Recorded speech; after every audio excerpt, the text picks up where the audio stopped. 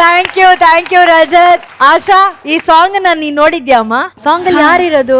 Ravichandran sir ಅವ್ರನ್ನ meet ಮಾಡಿದ್ಯಾ ಯಾವತ್ತಾದ್ರು? ಇಲ್ಲ, ಇದು ಫಸ್ಟ್ ಟೈಮ್. ತುಂಬಾ ಖುಷಿನಲ್ಲಿದ್ದೀನಿ ಆಕ್ಚುಲಿ. ಹೌದಾ? ಇವತ್ತು ಯಾವ ಹೇರ್ ಕಲರ್ ಮಾಡ್ಕೊಂಡ್ ಬಂದಿದ್ಯಾ ಖುಷಿಗೆ? ಇಲ್ಲ, ಏನು ಮಾಡಿಲ್ಲ. Sir, she is a zodiac expert sir. ಅವಳು ಝೋಡಿಯಾಕ್ ಸೈನ್ ಹೇಳಿ ಭವಿಷ್ಯ ಹೇಳ್ತಾಳೆ sir. Ravi sir zodiac sign ಏನಮ್ಮ? ಬರ್ಡೇ ಯಾವಾಗ ಅಂತ ಕೇಳ್ತಾ ಇದ್ದಾಳೆ ಇವಳು. ಜಮಿನೈನ್ ಸರ್, ನೀವೇ ಹೇಳ್ಬಿಟ್ರಾ ಆ ಜಮಿನೈನ್ ಬಗ್ಗೆ? ಹೇಳು. ಜಮಿನೈ ಆರ್ ವೆರಿ ಕರಿಸ್ಮ್ಯಾಟಿಕ್ ಪೀಪಲ್, ತುಂಬಾ ಅಟ್ರಾಕ್ಟಿವ್ ಅಂಡ್ ದಟ್ ಈಸ್ ಆಮೇಲೆ ಅಂಡ್ ಅವ್ರನ್ನ ಕಂಡ್ರೆ ಎಲ್ಲಾರ್ಗು ಇಷ್ಟ ಇರುತ್ತೆ, ಎಲ್ಲಾರನ್ನೂ ಇಷ್ಟ ಇರುತ್ತೆ. ಖಂಡಿತ, ಆಫ್ ಕೋರ್ಸ್. ಆಮೇಲೆ ತುಂಬಾ ಮಿಂಗಲ್ ಆಗ್ತಾರೆ, ಅದರ ಎಕ್ಸ್ಟ್ರೋ. ಹೌದೌದು, ಅದಕ್ಕೆ ಅವ್ರು ಸಿಂಗಲ್ ಇಲ್ಲ. ನೆಕ್ಸ್ಟ್. ಅಲ್ಲ, ಈಗ ನಾನು ಇದನ್ನ ಅದಕ್ಕೆ ಜೋಡಿಯಾಕ್ ಸೈನ್ ಗೊತ್ತಿರೋರು ಹೇಳ್ಬೇಕು ಅಂತೇನಿಲ್ಲ, ಯಾರು ಬೇಕಾದ್ರೆ ಹೇಳ್ತಾರೆ. ಅದೇ ನೀನ್ ಹೇಳ್ಬೇಕಂತಾನೆ ಇಲ್ಲ, ಇಡೀ ಕರ್ನಾಟಕಕ್ಕೆ ಗೊತ್ತಿರೋ ವಿಷಯ. ಈಗ ಅವ್ರಿಗೆ ಸೂಟ್ ಆಗಂತ ಕಲರ್ ಏನ್ ನೋಡೋಣ, ಅದಾದ್ರೆ ಹೇಳು. ಬ್ಲ್ಯಾಕ್ ಯೂಶಲಿ ಜೆಮಿನೈಗೆ ಜಾಸ್ತಿ ಸೂಟ್ ಆಗುತ್ತೆ. ಸರ್, ಅವಳು ಎಲ್ಲ ಗೊತ್ತು ಸರ್. ಬ್ಲ್ಯಾಕ್ ಸೂಟ್ ಆಗುತ್ತೆ. ರವಿ ಸರೇ ಹೌದು ಅಂತ ಹೇಳ್ಬಿಟ್ಟಿದ್ದಾರೆ. ನಿಂಗೆ ಅವ್ರು ಯಾವ ಸಿನಿಮಾ ಇಷ್ಟ ನಿನ್ಗೆ? ಹೇಳುವ. ರವಿಚಂದ್ರನ್ ಸರ್ ಅವ್ರದ್ದು ಪ್ರೇಮ ಲೋಕನೇ ನಂಗೆ ತುಂಬಾ ಇಷ್ಟ. ತುಂಬಾ ಎಲ್ಲ ಸಾಂಗ್ಸು ಇಷ್ಟ, ಅವರು ತುಂಬಾ ಇಷ್ಟ ನಂಗೆ. ಓ ಮೈ ಗಾಡ್, ಇದು ಪರ್ಫಾರ್ಮೆನ್ಸ್ ರಜತ್ ಆಗಿದ್ರು ಕೂಡ ಇದರಲ್ಲಿ ಆಶಾ ಅವರು ಒಂದ್ ಮಧ್ಯದಲ್ಲಿ ಇಂಟ್ರೊಡಕ್ಷನ್ ತಗೊಂಡಿರೋದಿಲ್ಲ.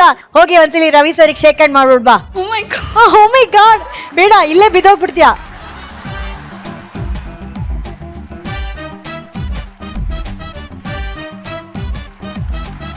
ಹಂಗೆ ಡ್ಯಾನ್ಸ್ ಮಾಡ್ಕೊಂಬಾ.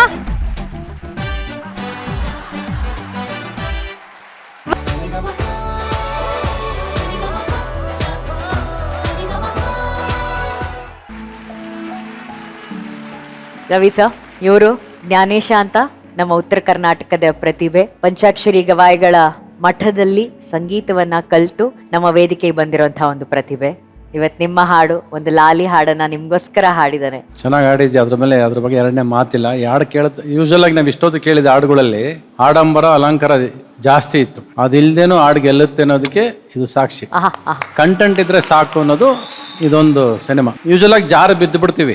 ಬಿದ್ದ ಮೇಲೆ ಯಾರಾದ್ರೂ ಬಂದು ಕೈ ಕೊಡ್ತಾರ, ಇಲ್ಲ ನಾವೇ ಎದ್ದೇಳ್ಬೇಕಂತ ಒಂದು ಪರಿಸ್ಥಿತಿ ಬರುತ್ತೆ ಜೀವನದಲ್ಲಿ. ಆದ್ರೆ ಬೀಳ್ತೀನಿ ಅಂತ ಗೊತ್ತಿದ್ದು ಮಾಡಿದ ರಾಮಾಚಾರ್ಯ ಬೀಳ್ಬಾರ್ದು ಅಂತ. ಶಾಂತಿ ಕ್ರಾಂತಿಯಲ್ಲಿ ಬೀಳ್ತೀನಿ ಅಂತ ಗೊತ್ತಿತ್ತು ನನಗೆ, ಅದಕ್ಕೆ ರಾಮಾಚಾರ್ಯ ಮಾಡಿದೆ. ಯಾರ ಕೈಗೂ ಕಾಯ್ಲಿಲ್ಲ ನಾನು. ರಾಮಾಚಾರ್ಯ ನಿಲ್ಲಿಸ್ಬಿಡ್ತು ನನಗೆ ವಾಪಸ್. ಆಮೇಲೆ ಯಾವುದೇ ಸಿನಿಮಾ ನಾನು ಮಾಡಿದ್ರು ಅವತ್ತಿಂದ ಇವತ್ತವರೆಗೂ ಜೇಸುದಾಸ್ ಇಲ್ದವ್ರು ಇನ್ಕಂಪ್ಲೀಟ್. ಅದು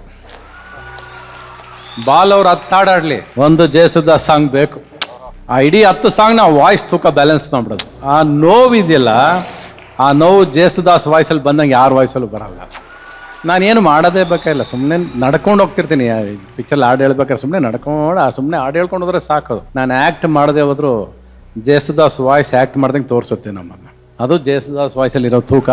ಒಂದು ಸೆಕೆಂಡ್ಗೆ ಡಿಸಿಷನ್ ತಗೊಂಡು ಈ ಸಿನಿಮಾ ಮಾಡಿದ್ದೆ ನಾನು. ರಾಮಾಚಾರ್ಯನು ವಿಷ್ಣುವರ್ಧನ್ ಬಂದಿದ್ದ ಪಾತ್ರ ಇವತ್ತರೆಗೂ ಆ ಥರ ಒಂದು ಹೀರೋ ಪಾತ್ರ ಇನ್ನೂ ಹುಟ್ಟಿಲ್ಲ. ಯಾವುದು ನಾಗರಾವಲ್ ಬಂದಿರೋ ಪಾತ್ರ ಅದು ಕೋಪಿಷ್ಟ, ಇವನು ಮುಗ್ಧ, ಮತ್ತೆ ಯಶ್ ಮಾಡಿದ್ದು ಒಂದು ರಾಮಾಚಾರ್ಯ, ಎರಡು ಸೇರಿ ಎಲ್ಲ 3 ರಾಮಾಚಾರ್ಯ ಸೂಪರ್ ಹಿಟ್. ಆ ಹೆಸರಿಗಿರೋ ತಾಕತ್ತದು, ಪುಟ್ಟಣ್ಣ ಕಣಗಾಲಿಟ್ಟ ಹೆಸರಿಗಿರೋ ತಾಕತ್ತದು ಎಂತ ಸೈಲೆನ್ಸ್ ಕ್ರಿಯೇಟ್ ಮಾಡ್ಬಿಡ್ತು ನೋಡಿ ಒಂದು ಹಾಡು. ಇವ್ರು ಒಂದು ಫಸ್ಟ್ ಚರಣ ಬರೆದಿದ್ದಾರಲ್ಲ, ಅದೇ ಇವಾಗ ನನ್ನ ಜೀವನದ ಪರಿಸ್ಥಿತಿ ಕೂಡ. ನಾನು ದೇವ್ರ ಕೈ ಮುಗಿಯೋದಿಲ್ಲ ನಾನು, ಬಟ್ ನನ್ನ ತಾಯಿನೇ ಪೂಜಿಸೋದು ನಾನು. ಇವ್ರೇನು ಬರ್ದಿರೋ ಅಷ್ಟು ಲೈನ್ಸು ಇವತ್ತು ನನ್ನ ಜೀವನದಲ್ಲಿ ನಡೀತಾ ಇದೆ. ಇವತ್ತು ನನ್ನ ತಾಯಿಗೆ ನಾನು ನಕ್ಕಿದ್ರೆ ಸಾಕು, ನಾನು ಚೆನ್ನಾಗಿದ್ರೆ ಸಾಕು, ನನ್ನ ನೋವು ಇದ್ರೆ ಅಳ್ತು ಬಿಡ್ತಾರೆ ಅವ್ರು. ಆ ಥರ ಇವತ್ತಿಗೆ ಆ್ಯಕ್ಚುಲಾಗಿ ಒಂದು 12 ದಿವಸದಿಂದ ಉಸಿರೇ ಆಡೋದಿಲ್ಲ ಅವ್ರು. ಹಂಗೆ ನೋಡೋಕೆ ಹೋದ್ರೆ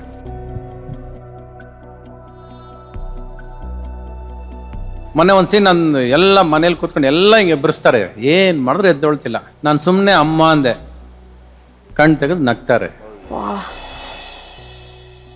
she sleeping there even today silent, but only on one voice ಅಷ್ಟೇ. ಬರೀ ನನ್ನ ವಾಯ್ಸ್ ಕೇಳಿದ್ರೆ ಸಾಕು ಎದ್ದೇಳ್ತಾರೆ. ಒಂದು ನಗು ಬರುತ್ತೆ, ಒಂದು 5 ನಿಮಿಷ ಗೊತ್ತಾಗಲ್ಲ, ಏನೋ ನೋಡ್ತಾರೆ, ಬ್ರೈನ್ ಡೆಡ್ ಆಗಿದೆ, ಬಟ್ ಶಿ ಸ್ಮೈಲ್ಸ್. ಸಾಕು. ಇವತ್ತಿಗೂ ಅವ್ರು ನೋಡ್ಕೊಂಡೇ ಹೊರಡೋದು. ಇಲ್ಲಿಗೆ ಬರ್ಬೇಕಾದ್ರೆ ಅವ್ರು ನೋಡ್ಕೊಂಡೇ ಹೊರಡೋದು, ಅವ್ರು ಕಾಲು ಮುಟ್ಕೊಂಡೇ ಹೊರಡೋದು. ದೇವ್ರು ಇನ್ನೂ ನಮ್ಮ ಜೊತೆ ಇಟ್ಕೊಂಡಿದ್ದೀವಲ್ಲ, ನಮಗೆ ಬೇಕು ಅವರು ಅಷ್ಟೇ. ಹೆಂಗಾರ ಇರಲಿ, ಸುಮ್ಮನೆ ಇದ್ರು ಚಿಂತೆ ಇಲ್ಲ. ಉಸಿರಾಡ್ತಾ ನಮ್ಮ ಮನೇಲಿ ಬದುಕಿರೋರ್ಗೂ ಬದುಕಿರಲಿ ಅನ್ನೋದು ಆಸೆ ನಮ್ಗೆ ಎಲ್ಲರೂ ಅಷ್ಟೇ. ಆ ಯಾಡು ಇವತ್ತು ಇವ್ರು ಅವಾಗಲೇ ಲೈನ್ಸ್ ಬರ್ದವ್ರು ಅದನ್ನು. ಆ ಫಸ್ಟ್ ಚರಣ ಎಲ್ಲ ನನಗೆ ಅದು ಕೇಳ್ತಿದ್ದಂಗೆ ಇವತ್ತು ನನ್ನ ಲೈಫಲ್ಲಿ ನಡೀತಿರೋ ಸೀನ್ಸು ಅದೇ ಅವ್ರು ಹೇಳಿರೋದು.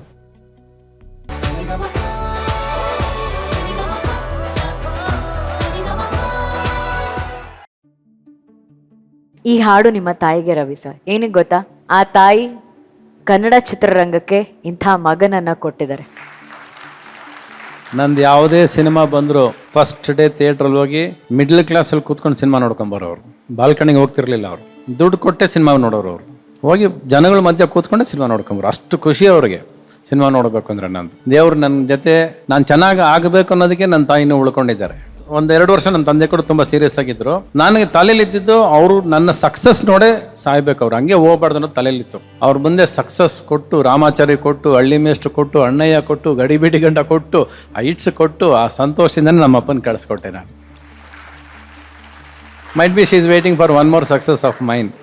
ನನ್ನ ಸಕ್ಸಸ್ ನೋಡ್ಕೊಂಡೇ ಅವ್ರು ಹೋಗೋದು, ಹಂಗೆ ಸುಮ್ಮನೆ ಹೋಗೋದಿಲ್ಲ ಅವರು. ಅದು ನಿಜ. ಅದು ಇವರು ನನ್ನ ತಂದೆ, ನನ್ನ ತಾಯಿ ಕೊಟ್ಟರು ಪ್ರೀತಿ ಬಹುಶಃ ನನ್ನಷ್ಟು ಅದೃಷ್ಟವಂತ ಯಾವನೂ ಇಲ್ವೇನೋ ಪ್ರಪಂಚದಲ್ಲಿ ಅನಿಸ್ಬಿಡುತ್ತೆ. ನನಗೆ ಅಷ್ಟು ಪ್ರೀತಿಸ್ಬಿಟ್ರು. ನನಗೆ ಸಾಧ್ಯನೇ ಇಲ್ಲ. ಅದೊಂದೇ ಅಲ್ಲ, ನೀವೆಲ್ಲ ಸೇರಿ ನನಗೆ ಕೊಡೋ ಪ್ರೀತಿ ಇದೆಯಲ್ಲ, ಮತ್ತೆ ಮತ್ತೆ ಈ ಶೋ ಬಂದಾಗ ಸಾಧ್ಯನೇ ಇಲ್ಲ. ಅವ್ರ ಜಾಗ ತುಂಬಿಡ್ತೀರಾ ನೀವೆಲ್ಲರೂ ಪ್ರತಿ ಸಾರಿ ಬಂದಾಗ. ಅದಕ್ಕೆ ನೀವು ಎಷ್ಟು ಸಾರಿ ಬಂದರೂ ಸುಮ್ಮನೆ ಕೂತಿರ್ತೀನಿ, ತಲೆ ತಗ್ಗಿಸ್ಬಿಡ್ತೀನಿ, ತಲೆ ಬಾಗ್ತೀನಿ. ಆಯ್ತು, ಇದಕ್ಕಿಂತ ಪ್ರೀತಿ ಸಂಪಾದನೆ ಮಾಡಿದ್ದೀನಿ, ಇನ್ನೇನು ದುಡ್ಡು ಸಂಪಾದನೆ ಮಾಡಿ ಏನು ಮಾಡಬೇಕು? ಮೊನ್ನೆ ಅಪ್ಪು ನಮ್ಗೆ ಏನು ಹೇಳ್ಕೊಟ್ಬಿಟ್ಟೋದ್ರು, ನಾಳೆ ಅನ್ನೋದು ಬರೀ ಕನಸು, ಆಸೆ ಅಷ್ಟೇ, ಭರವಸೆ ಅಂತೂ ಅಲ್ಲ. ಅದು ಅಲ್ಲ. ಯಾವಾಗ ಬೇಕಾದ್ರೆ ಮನುಷ್ಯ ಹೊಟ್ಟೋಗ್ತಾನೆ, ಹೇಳ್ದೆ ಕೇಳ್ದೆ ಗುಡ್ ಬೈನೂ ಹೇಳಲ್ಲ, ಹಂಗೆ ಹೊಟ್ಟೋಗ್ತಾನಲ್ರಿ. ಇವತ್ತು ಗುಡ್ ಬೈ ಹೇಳಿಲ್ವಲ್ಲ ನಮ್ಗೆ ಯಾರಿಗೂ. ಸೊ ಈ ಥರ ಪ್ರಪಂಚ ಇರ್ಬೇಕಾದ್ರೆ ಏನು ಬೇಕು ನಮಗೆ? ನಗ್ರಿ, ಚೆನ್ನಾಗಿರ್ರಿ, ಐ ಥಿಂಕ್ ಸಾಕು. ಈ ಕೋಪ, ಈಗೋ, ಸಂಕಟ, ಅದೇನೇನೋ ಇರ್ತವೆ ಮನುಷ್ಯರಲ್ಲಿ. ಎಲ್ಲ ಬೇಡದಿರೋದೆಲ್ಲ ಇಟ್ಕೊಂಡು ಸಾಯ್ತಾರೆ. ಬಿಡ್ರಿ, ಎಲ್ಲ ಬಿಡ್ರಿ, ಏನು ನಡೆಯಲ್ಲ, ಅವೆಲ್ಲ ನಡೆಯಲ್ಲ. ಕೋಟಿಗಟ್ಟಲೆ ಅಕೌಂಟಲ್ಲಿ ಇದ್ದರೂ ಕೂಡ ಅದು ಸಂತೋಷ ಕೊಟ್ಟೇ ಇಲ್ಲ. ಅದು ಯಾವನೋ ತಿಂತಾನೆ ಹೊರತು ನೀನು ಸಂಪಾದನೆ ಮಾಡೋದು ತಿನ್ನೋದೇ ಇಲ್ಲ ಜೀವನದಲ್ಲಿ.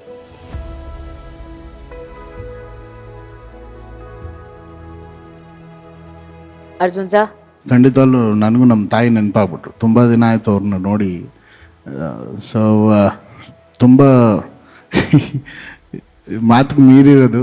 ಜ್ಞಾನೇಶ ಭಾಳ ಚೆನ್ನಾಗಿ ಆಡಿದೆ ಕಣೋ ನೀನು.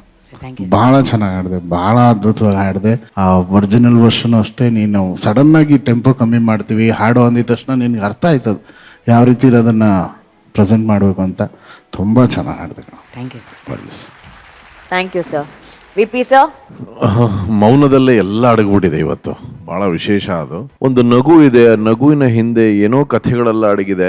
ಒಂದೊಂದೊಂದೊಂದು ಹಾಡಲ್ಲೇ ಎಲ್ಲ ಎಷ್ಟು ಹೇಳ್ಬಿಟ್ಟಿದಾರಲ್ಲ. ನಮಗೆ ನಮ್ಮ ತಾಯಿಯನ್ನು ನಾವು ಆರಾಧಿಸ್ಲಿಕ್ಕೆ ನಮ್ಗೆ ಹಾಡುಗಳನ್ನೇ ಕೊಟ್ಬಿಟ್ಟಿದ್ದಾರೆ. ಇದಕ್ಕಿನ್ನ ಇನ್ನೇನು ಕೊಡ್ಬೋದು ಕಲಾವಿದ? ನಿನ್ನ ತಾಯಿನ ನೀನು ಪೂಜಿಸ್ಬೇಕಾದ ತಗೋ, ಇನ್ನು ಹಾಡನ್ನು ತಗೋ. ಈ ಹಾಡು ಹಾಡ್ತಾ ಇರೋ ನಿನ್ನ ತಾಯಿನ ಪೂಜಿಸ್ದಂಗೆ ಅಂತ. ಸೊ ಆ ತಾಯಿ ಫೋಟೋ ಎಲ್ರಿಗೂ ಅವ್ರವರ ಅಮ್ಮಂದ್ರು ಎಲ್ರಿಗೂ ಜ್ಞಾಪಕ ಬಂದಿರ್ತಾರೆ. ಖಂಡಿತವಾಗಿಯೂ ಎಲ್ರಿಗೂ ಅವ್ರವರ ತಾಯಿ ಒಂದು ಕ್ಷಣ ಆ ಫೋಟೋ, ರವಿ ಸರ್ ಅವರ ತಾಯಿ ಫೋಟೋನಲ್ಲಿ ಎಲ್ಲರೂ ಅವ್ರವ್ರನ್ನ ನೋಡಿರ್ತಾರೆ. ಅದ್ಭುತವಾದ ಕ್ಷಣ. Thank you so much. Thank you.